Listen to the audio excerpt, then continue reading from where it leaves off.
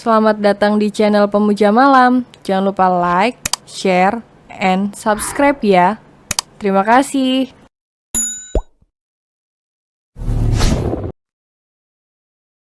Episode 20 Wanita Dewasa Emang Beda. Crystal dan Boy tengah bermesraan di kamar pesawat. Mereka baru selesai bercinta dan masih tanpa busana di balik selimut.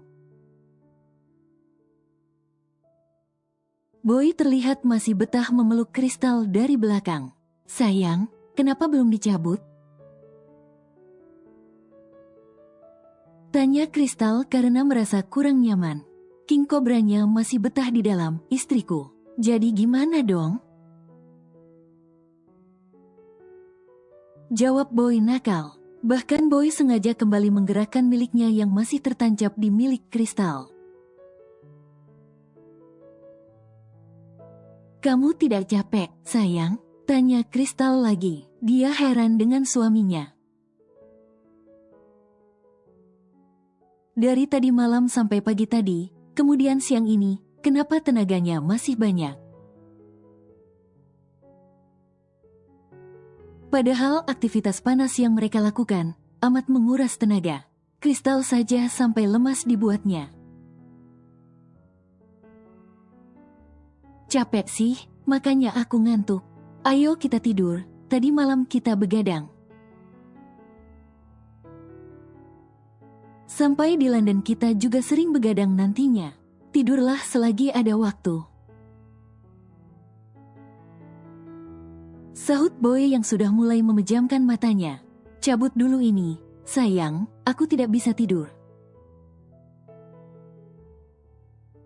Pinta Crystal, "Kamu harus akrab dengan Boy Junior, sayang.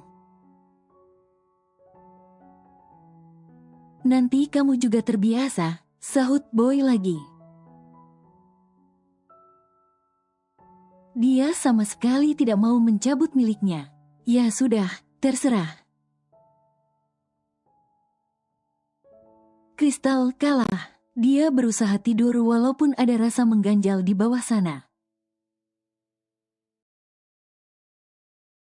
Baru kali ini Crystal kalah argumen dan menurut saja seperti orang bodoh, pikir Crystal.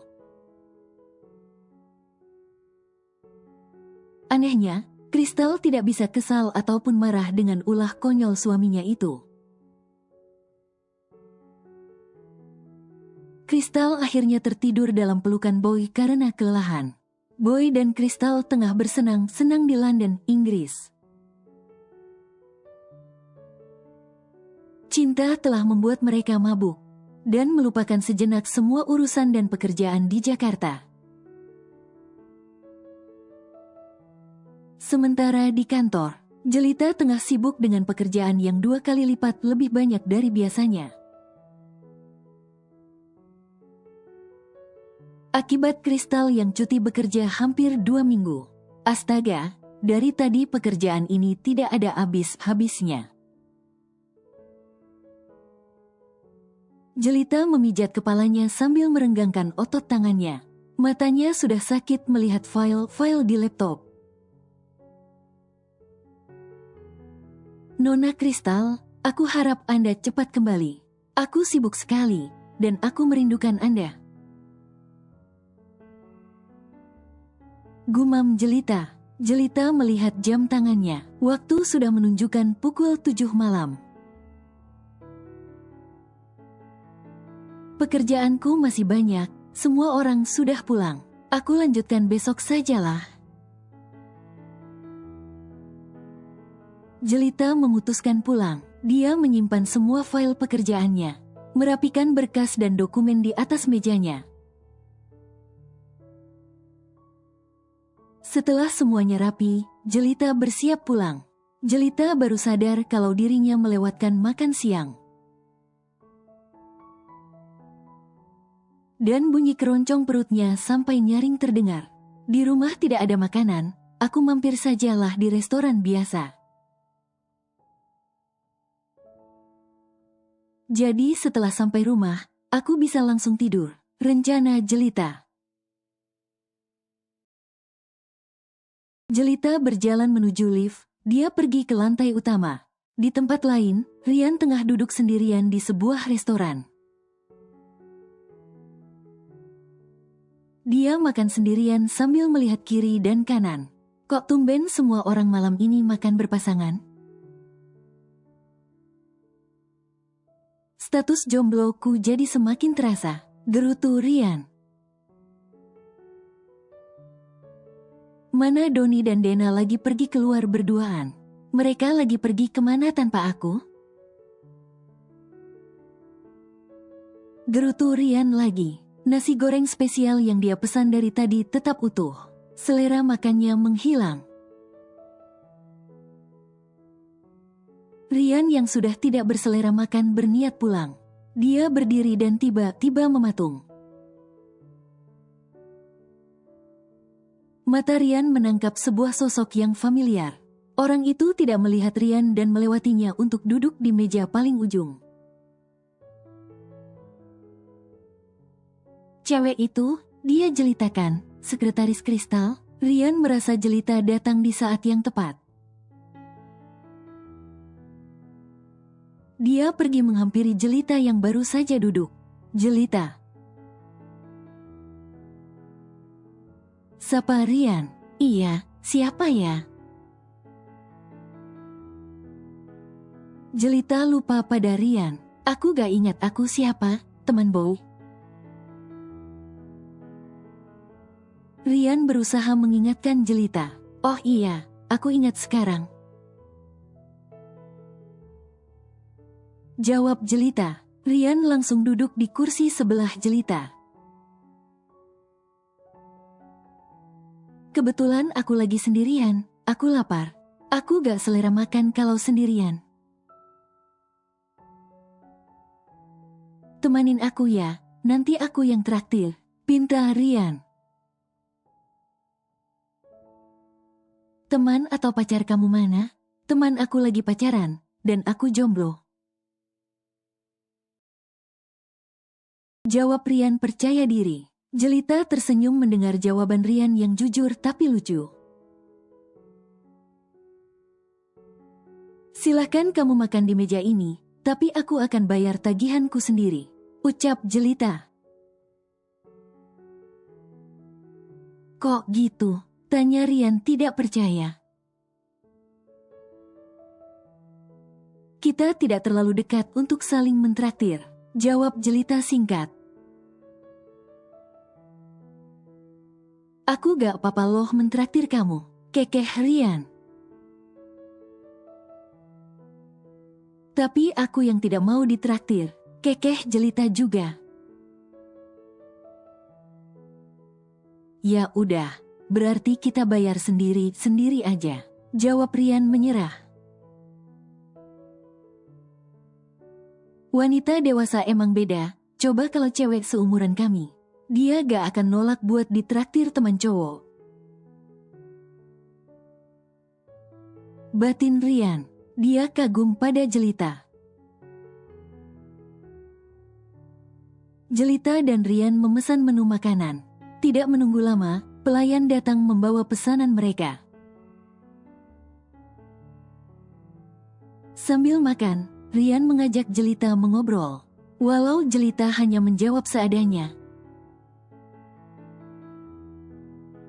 Jelita dapat menilai kalau Rian adalah pribadi yang ceria dan positif. Berbeda dengan teman kantornya yang langsung berhenti mengobrol. Saat Jelita menjawab obrolan mereka dengan seadanya, mereka akan berasumsi kalau Jelita malas mendengarkan. Padahal memang karakter Jelita yang tidak terlalu banyak bicara. Entah kenapa, Rian merasa nyaman mengobrol dengan Jelita. Jelita tidak cerewet dan tidak membantah perkataan Rian. Berbeda dengan teman-teman Rian yang lain.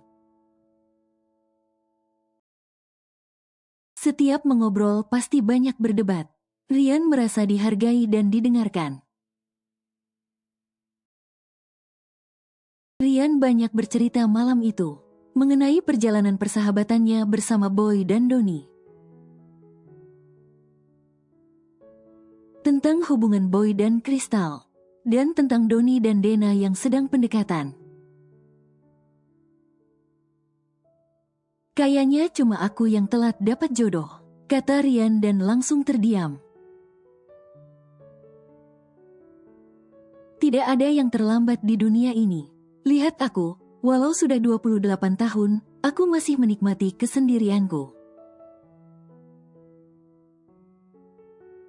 Aku tidak merasa kesepian. Insya Allah, jodoh akan datang di saat yang tepat. Jawab Jelita. Mendengar jawaban Jelita membuat Ryan tersenyum. Entah kenapa, jantung Ryan kembali berdebar-debar seperti saat itu. Saat Jelita menangis menyalahkan dirinya di insiden penculikannya waktu itu. Di klub malam ternama Jakarta, Donnie dan Dena tengah asyik menikmati alunan musik DJ sambil meneguk anggur segelas demi segelas. Aku kira kamu mau bawa aku kemana, malah ke klub, ucap Donnie yang sudah meneguk sedikit anggur. Kamu bilang mau senang-senang karena akhir-akhir ini sedih mulu. Tempat senang-senang ya di klub. Emang kamu pikir aku ngajak kemana? Sahut Dena. Ke taman atau ke restoran? Jawab Donnie. Di taman banyak nyamuk malam-malam gini. Di restoran cuma ada makanan. Dua tempat itu bukan tempat senang-senang. Kamu tahu, sejak kejadian aku kenalan sama Bagas dan dijebak. Aku sampai trauma datang ke sini. Karena sama kamu, jadi aku mulai memberanikan diri lagi. Aku baru 2 kali ke klub malam. Kalau kamu, gak kehitung, pokoknya sering. Donnie geleng-geleng kepala. Dena di depan tampak cantik dan polos. Ternyata dia suka keluar masuk klub malam. Dena, mulai sekarang jangan ke klub malam lagi. Bahaya. Lihat aja nanti. Aku mau ke sana dulu. Mau joget. Dena meneguk segelas anggur lagi. Kemudian dia berdiri dan mendekati kerumunan anak muda. Yang tengah asyik berjoget di depan DJ yang asyik memutar piringan musik. Melihat Dena begitu menikmati musik DJ-nya, membuat Donnie terpaku sesaat. Dena tampak cantik dan seksi. Donnie berusaha mengusir pikiran mesumnya. Dia kembali meneguk anggur sebanyak mungkin agar pikiran mesumnya hilang. Donnie yang tidak terbiasa minum minuman keras, akhirnya mabuk. Padahal anggur bukanlah minuman keras yang gampang memabukkan. Dena yang sudah puas berjoget kembali ke tempat duduknya menghampiri Donnie. Dena belum sadar kalau Donnie sudah mabuk. Dena kembali meneguk anggur yang masih tersisa 3 botol di atas meja. Dena bahkan mampu menghabiskan 3 botol anggur itu sendirian. Dena juga mabuk berat. Keduanya meracau tidak jelas. Hingga terjadilah sesuatu yang tidak mereka inginkan. Di pagi hari, di kamar dengan nuansa putih polos yang entah di mana. Dena mulai mengeriapkan matanya. Pelan-pelan dia mengumpulkan nyawanya. Tangannya meraba sesuatu. Apa ini? Batin Dena. Dena kembali meraba apa yang ada di sebelahnya. Dena membuka matanya. Dia terkejut mendapati Donnie tidur di sebelahnya. Donnie. Teriak Dena kaget. Dena langsung melihat sekitar. Bajuku mana? Dena semakin terkejut mendapati dirinya dan Doni telanjang bulat di bawah selimut. Jangan, tidak, teriak Dena. Teriakan itu membangunkan Doni. Apa, ada penjahat? Doni langsung mengeluarkan jurusnya seolah ingin menghajar penjahat. Kamu apakan aku tadi malam? Kamu memperkosa aku, teriak Dena lagi. Aku memperkosa kamu? Jangan mimpi, aku cowok baik-baik. Sahut Doni, dia tidak terima difitnah. Sesaat Doni belum menyadari semuanya, tapi otaknya akhirnya bekerja. Dia melihat Dena di bawah selimut. Doni juga melihat pakaian mereka berserakan di lantai. Bahkan pakaiannya dan Dena juga berserakan. Doni meraba badannya. Dia merasa seperti telanjang di balik selimut. Dia kembali meraba badannya hingga beberapa kali. Doni akhirnya sadar. Tadi malam apa yang terjadi sama kita? Doni ketakutan. Dia takut apa yang dia pikirkan dan apa yang Dena tuduhkan benar terjadi. Menurut kamu? Orang telanjang abis melakukan apa? Tanya Dena balik. Melakukan itu, jawab Doni. Itu kamu tahu, jadi kita berdua tadi malam? Ya melakukan itu, kok aku gak ingat? Pasti karena kita berdua mabuk berat. Gak mungkin, aku udah gak perjaka lagi jadinya. Mama, apa yang sudah kulakukan? Doni mulai menangis. Kok malah kamu yang nangis? Harusnya aku yang nangis. Di mana pasti cewek yang dirugikan. Ucap Dena, aku juga rugi tahu, kamu harus tanggung jawab. Kamu yang udah bawa aku ke klub, kamu yang perko aku saat aku mabuk. Sahut Doni, kamu sendiri yang salah, kenapa kamu minum sampai mabuk? Jawab Dena tidak terima disalahkan. Di sini, aku yang diperko. Aku korbannya, bukan kamu. Omongan Dena terpotong. Dena sedikit teringat kejadian semalam. Dena berusaha mengingat lagi potongan kecil ingatannya. Tadi malam. Dena berusaha keras mengingat. Dia menghabiskan 3 botol anggur sehingga membuat dirinya dan Doni mabuk. Saat mabuk berat, Dena mulai bertingkah gila. Dia merayu Doni yang juga mabuk. Dia membawa Doni naik ke atas, menuju kamar VIP klub malam. Sesampai kamar, dia melepas semua pakaiannya ke lantai. Dia lalu mendorong Doni hingga Doni jatuh terlentang di atas ranjang. Dena kembali bertingkah gila dengan melepas paksa semua pakaian Doni. Alhasil, Dena menaiki tubuh Doni yang telanjang. Dena mulai aktif di atasnya. Gak mungkin, ingatan ini pasti salah. Kenapa aku yang memperko kamu tadi malam? Dena merasa linglung dan menjadi wanita murahan yang gila. Saat mabuk, Dena yang memaksa Doni bercinta dengannya. Pasti tadi malam otakku lepas dari kepalaku. Jika tidak, mana mungkin ini terjadi? Dena kesal pada dirinya sendiri dan menjambak kencang rambutnya.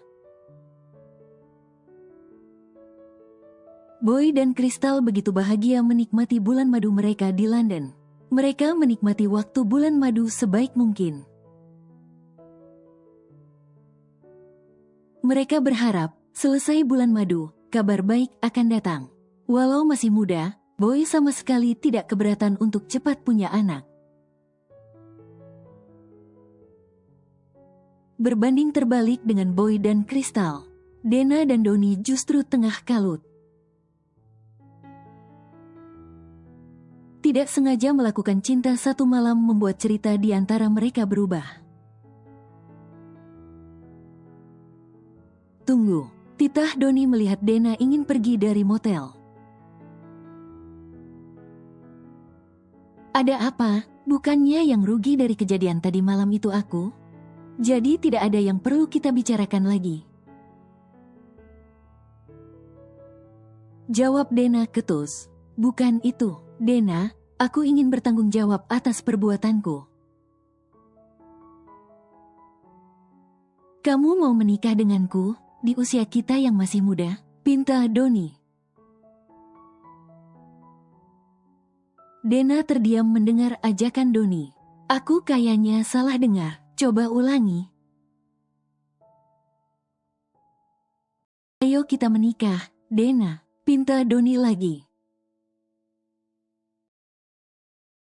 Menikah, iya. Ya ampun Donnie, bagi aku, pernikahan itu suci dan indah. Aku hanya ingin dinikahi oleh pria yang mencintaiku. Bukan karena terpaksa, aku gak mau nikah sama kamu. Tolak Dena.